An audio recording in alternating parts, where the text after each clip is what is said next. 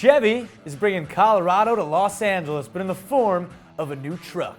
Porsche preps a new 911 Speedster. We may be getting a more powerful Chevy SS, and Lexus gives the 2014 CT200h a facelift. Plus, we have that means coming from you, your FLD question of the day. What's up, everybody? It's Thursday. I'm Derek D, and you're watching Fast Lane Daily. Aren't you watching it? Sure are.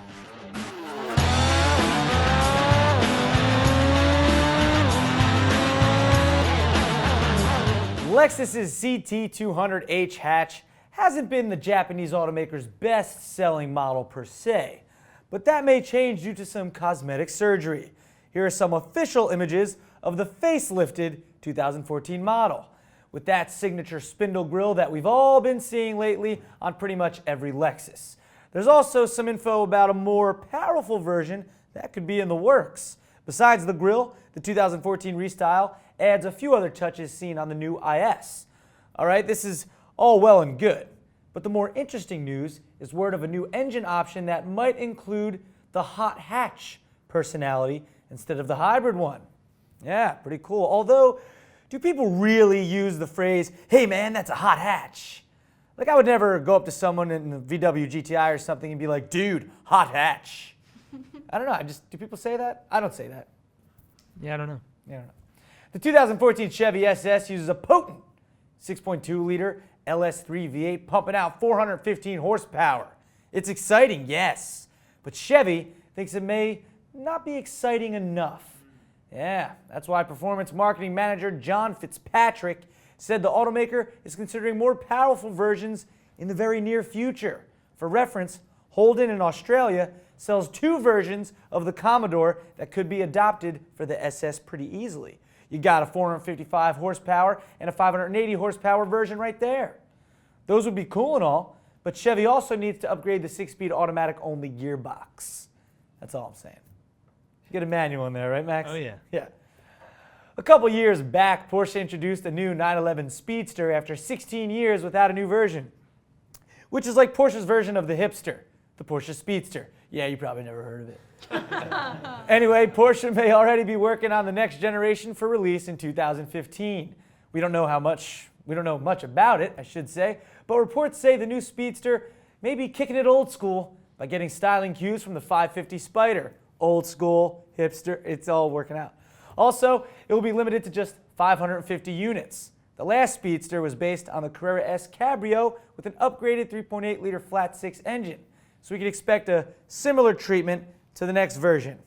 Maybe it's like Porsche's version of the Fixie bicycle. Oh, yeah. Yeah, the hipster Speedster. GM is ready to jump back into the midsize truck game with the 2015 Chevy Colorado and GMC Canyon, both of which will debut at the LA Auto Show next week. Woo! We'll be there. Yes. All right.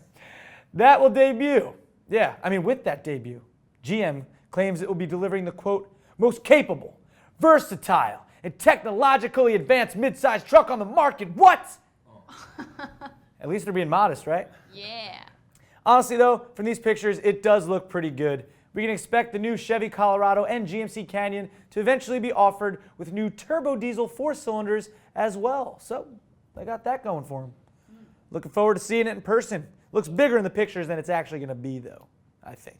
That's what she said. Oh, Erica, time to answer your FLD question of the day.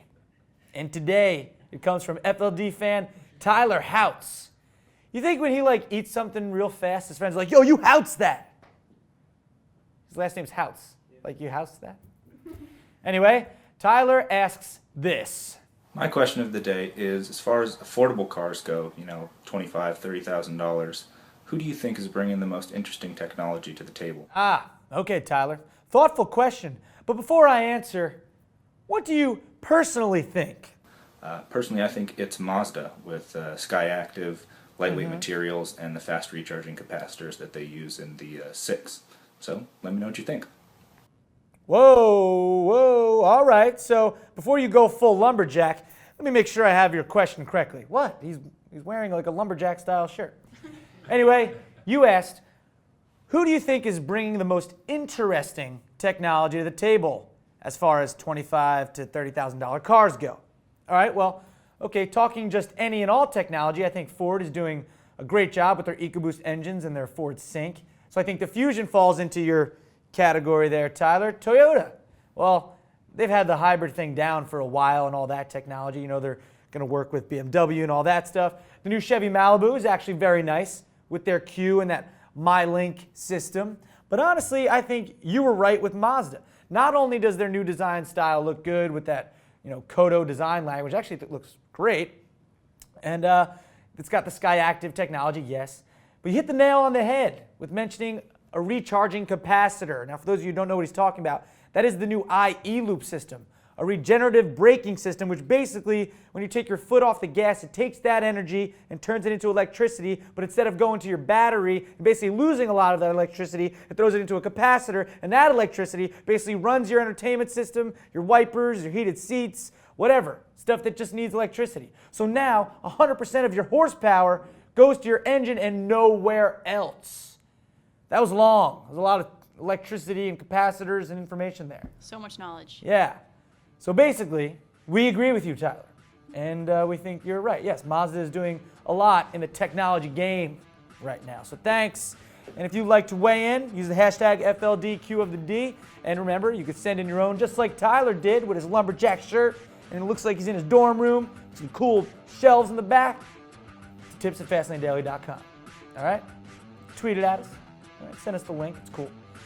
And we appreciate it. Well, that's going to do it for Fastlane Daily today. I'm Derek D. A.K. How you feeling? Feeling great. That's like the Frosted Flakes dude. Yeah. What about you, Max? Yeah, ditto. All right, we'll talk to you guys tomorrow. Friday. Woo! That'll be a good one. Your foot off the gas, well, takes that energy and puts it into a capacitor, which basically that capacitates energy flowing back into the car. Doesn't break the loop. That's why it's called e-loop. Ugh. Wow. All right.